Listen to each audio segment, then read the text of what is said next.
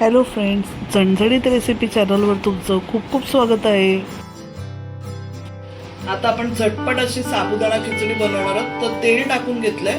तुपात बनवली तर खूप टेस्टी लागते, पण माझ्याकडे तूप अवेलेबल नव्हतं, तर मी तेल घेतलंय. 2 चमचे तेल घेतलंय. मध्ये कोथिंबीर पडली नाही, तुम्हाला वाटेल काय, तर त्याच्यामध्ये मी 1 टीस्पून जिरं टाकते. 1 मिरची चिरलेली आहे बारीक. कढीपत्त्याची 4 पानं.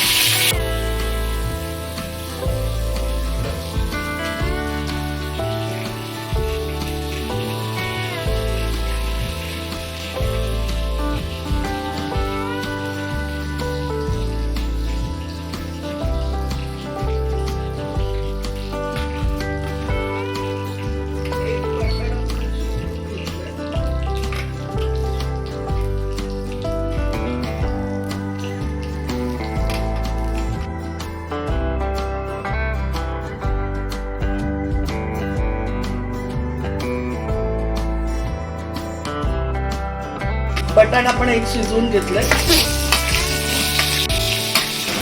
तो बटाटा आपण जेव्हा शिजवायला ठेवलेलं तेव्हा टोपातलं पाणी आटल्यामुळे बटाट लाल पडलं. बटाट करपलेलं नाहीये, फक्त हलकासा लाल कलर त्याला आलं. तुम्हाला वाटेल की काय खराब बटाट टाकलंय, म्हणून मी सांगून टाकलं की पहिले ते कशाने लाल झालंय.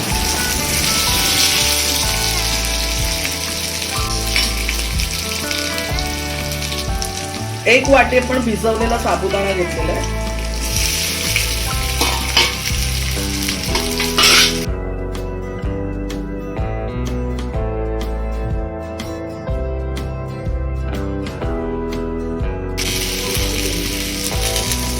आता आपण 1 टीस्पून साखर टाकतोय.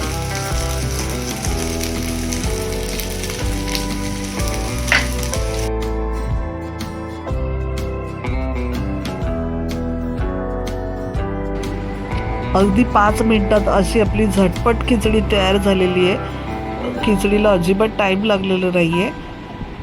चमचमीत आणि चटपटीत अशी खिचडी लागते. टेस्ट पण खूप छान झालेली होती. तुम्ही नक्की बनवून बघा, एन्जॉय करा आणि मला कळवायला विसरू नका तुमची खिचडी कशी झालेली ते. आपण इथे दाण्याचं कूट केलंय, अर्धी वाटी तो टाकून घेतला.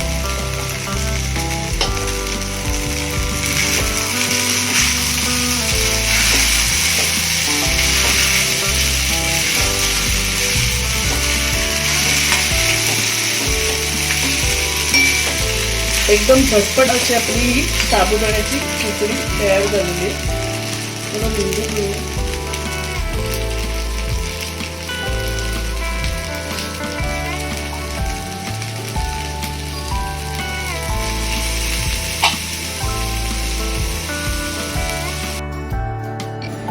आपली खिचडी अगदी 5 मिनिटात झालेली आहे, शिजलेली आहे. आता बघा साबुदाणे पण ट्रान्सपरंट झालेले आहेत.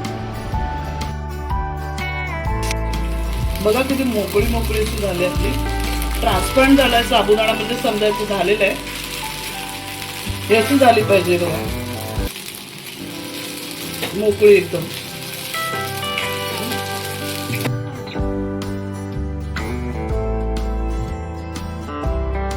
करून घेऊया आपण.